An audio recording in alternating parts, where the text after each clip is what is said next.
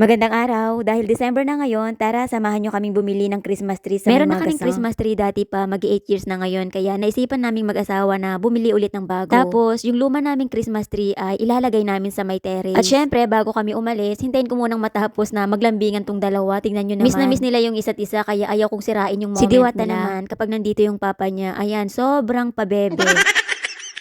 Ganyan lang talaga silang dalawa dati pa. Bago pala kami pumunta sa magasan o sa mall, ihahatid muna namin sa school yung mga Dito anak pala ko. sa school ng mga anak ko, tabi lang siya ng simbahan. Napansin ko lang ha, dito sa France, kapag nasa private yung mga anak mo, yung mga school nila malapit sa simbahan. Kasi yung mga private na nag-aaral dito, mga Katolik sila. Pero dito naman sa France, hindi lahat ng mga nag-aaral sa private ay mga Katoliko. Kasi meron ding ibang mga religion na nag-aaral sa private, katulad ng mga Kasi Muslim. yung Yung anak ng kaibigan ko, nag-aaral din siya sa private, pero may mga kaklase silang Muslim. Yung dating school din kasi ng mga anak ko dun sa may Normandy, tabi lang din siya ng church. Pero hindi ko lang alam ha kung buong France ay ganon. Kasi yung mga anak ko, 3 beses na silang lumipat ng school. Tapos yung mga school nila malapit lang sa simbahan. So ayan guys, bali natapos na naming mahatid sa school yung mga anak ko. At ang pupuntahan naman namin ngayon ay dito sa may Centra ko. Marami din silang mga tindang mga decoration dito at medyo mas mura pa sila kaysa sa ibang magasan. Alam nyo ba, dito sa France, karamihan dito, nag-i-start silang magtinda ng mga Christmas decoration kapag December. Hindi tulad sa atin dyan sa Pinas na kapag nag-start na yung bear, ayun marami na silang mga tinitinda na mga pang Christmas decoration. So ayun guys, nandito na kami sa loob at eto na nga, namimili na kami kung ano yung Christmas tree na bibilhin namin. Ang gusto ko kasing Christmas tree ay yung mas malaki kaysa sa akin o kaya yung abot hanggang kisame.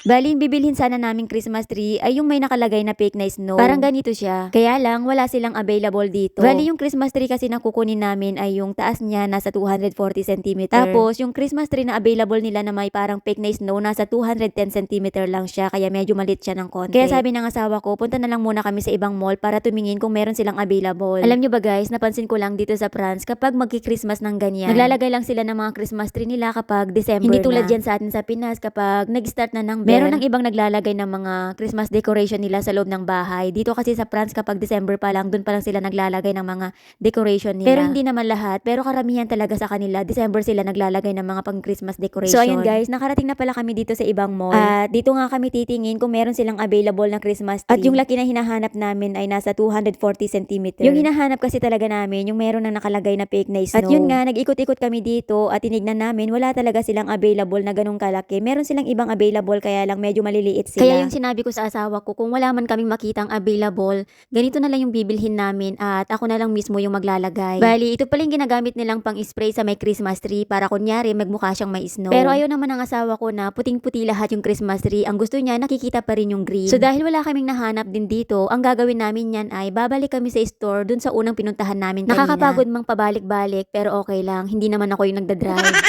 So ayan guys, bali nakarating na ulit kami dito sa may Centra ko. Dahil hindi namin nahanap yung Christmas tree na gusto ko, ang gagawin namin dito ngayon ay bibili na namin yung unang nakita namin kanina. At ako na lang mismo yung maglalagay dun sa fake na snow. Mabuti na lang talaga yung asawa ko, meron siyang tiyaga sa kaartihan ko. At ito na nga yung bibilhin namin. At mabuti na lang, malaki yung katawan ng asawa ko, kaya ayan, nabuhat niyang mag-isa. Sa totoo lang, ang laki ng tinaba ngayon ng asawa ko. Baliktad nga kami. Ako yung gustong tumaba pero hindi naman ako tumataba. At yung asawa ko naman ayaw niyang tumaba pero siya naman yung tumataba. At andito na pala kami ngayon sa may cashier para magbayad. At saka mabuti na lang nagkasya yung Christmas tree dito sa loob ng sasakyan. Akala ko nga kanina hindi siya magkakasya kasi nahihirapang ipasok ng asawa ko. At ang next naman na gagawin namin ngayon ay bibili kami ng pang-decoration sa may Christmas tree. At ito pala yung nabili ko lahat para sa pang-decoration namin sa may Christmas tree.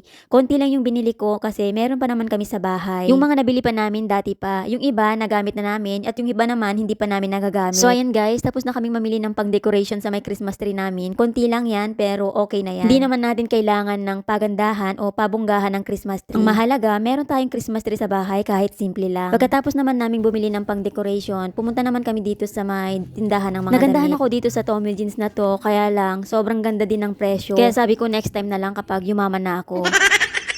Maganda sanang mag-shopping kapag hindi na natin tinitingnan yung presyo, yung tipong kuha na lang tayo ng kuha. So dahil natagalan kami sa labas at naabutan na kami ng gutom, kaya ayan, niyaya ko ng asawa ko na kumain na lang kami dito sa favorite niyang fast food. Ewan ko ba sa asawa ko, hindi nagsasawa sa burger. Kahit araw-araw niyang kinakain yan, walang kasawaan. Ako naman, kapag pinapapili niya ako kung saan ko gustong kumain, kung McDo ba or Burger King, lagi kong pinipili sa may Burger King. Kasi dito sa may Burger King, meron silang chicken wings. Yun lang naman yung gustong-gusto ko dito at hindi rin ako mahilig sa may burger. Kaya lang nung dumating kami, ubos na yung chicken wings nila, kaya iba na lang yung in-order ng asawa ko. So ayun guys, nandito na pala kami ngayon sa bahay at natapos ko na palang mailagay yung Christmas tree namin.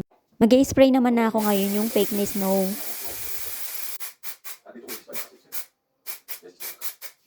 So ayan, tapos na akong mag-spray. Hindi ko na nilagay lahat kasi ayaw ng asawa ko yung puting-puti. Gusto niya kasi yung nakikita pa rin yung green. So dahil natapos na ako, ang gagawin ko naman yan ay maglalagay na ako ng pang-decoration. So yun lang, thank you sa panonood. See you next time. Au revoir.